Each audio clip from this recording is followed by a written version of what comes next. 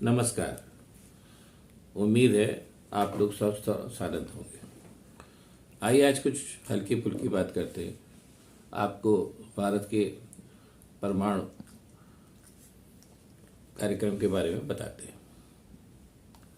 कम लोगों को मालूम होगा कि भारत परमाणु शक्ति संपन्न देश बने, इसकी शुरुआती सोच जवाहरलाल नेहरू के समय ही शुरू हो गई थी और उस पर काम शुरू हो गया था।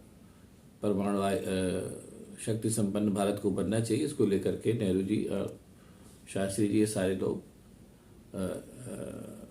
मतलब इसको लेकर के वो सचेत थे। और चूंकि अमेरिका ने परमाणु शक्ति संपन्न बन गया था और उसकी ताकत को देख करके भी ये अंदाज लोग लगाने लगे थे कि अब आने वाला ज़माना समय परमाणु शक्ति बनने का है, उस दिशा में बढ़ने का प्रयास जिसकी जितनी सामर्थ्य थी वो करने लगा था। दुनिया भर में बहुत से लोगों ने ऐसा किया था। हिंदुस्तान के परमाणु शक्ति संपन्न देश बनने के पहले 4 देश हुआ करते थे परमाणु शक्ति से संपन्न: रूस, अमेरिका, चीन और ब्रिटेन और फ्रांस। बहरहाल इस दिशा में आगे प्रयास शुरू हुआ और ख़ास तौर से भारत के स्वतंत्र होने के बाद जब एक के बाद एक लड़ाइयाँ भारत को लड़नी पड़ी, कुछ चाहे और कुछ अनचाहे, तो इसको इस दिशा में चीज़ें और भी आगे बढ़ने लगी। ख़ास तौर से 1962 में चीन से मिली करारी पराजय के बाद इसको लेकर के देश काफ़ी सतर्क हो गया। बहरहाल परमाणु शक्ति संपन्न देश बनना आसान काम नहीं था और वो भी उस ज़माने में जब भारत एक तरीके से देखा जाए तो काफ़ी निर्धन और अशक्त राष्ट्र था।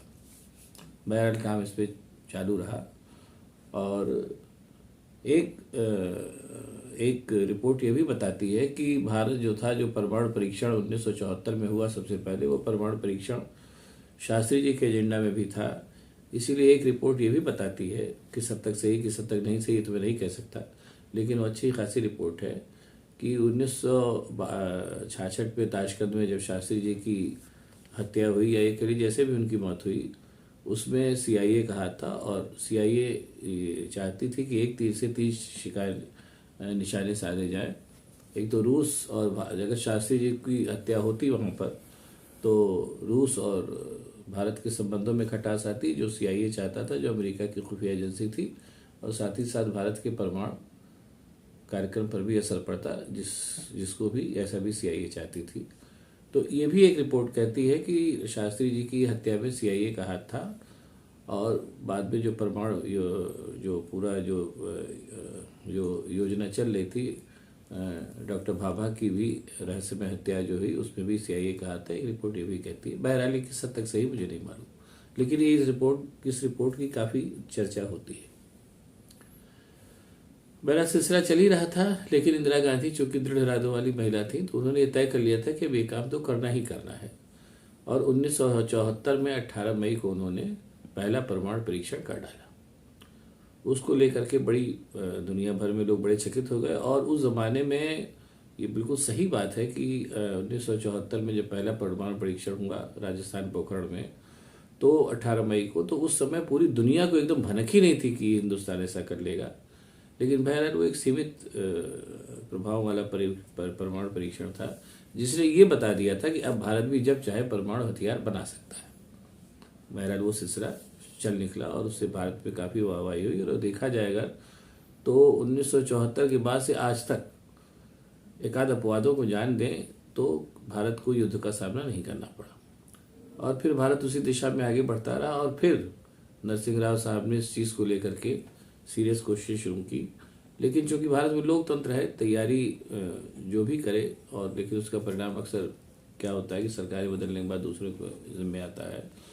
और ये बात भी लिखत पढ़त में है कि नरसिंह राव ने जाते जाते अटल बिहारी वाजपेयी से कहा था कि सब तैयारियां पूरी है, आपको बस परमाणु परीक्षण करना भर है। और अटल बिहारी ने भी कहा था इस बात को कि हाँ ऐसा हुआ था, सारी तैयारियां नरसिंह राव के ज़माने में हुई थी। और वैसे भी आप किसी भी सरकारी कार्यक्रम में आप देखिए तो जो भी मेजर काम होते हैं उनकी तैयारी दरअसल बहुत पहले शुरू हो जाती है और जब वो सामने आते हैं तो तब तक कई समय, बहुत सा समय बीत चुका होता है। ऐसा सरकारी काम में होता है कि योजना बनने से लेकर के उसको सामने एग्जीक्यूट करने तक लंबा वक्फा होता है। कई बार ऐसा होता है कि योजना किसी के समय बनती है और वो एग्जीक्यूट किसी के समय में होती है। ऐसा ही 1998 में जो दूसरा परमाणु परीक्षण हुआ उसके साथ भी यही हुआ।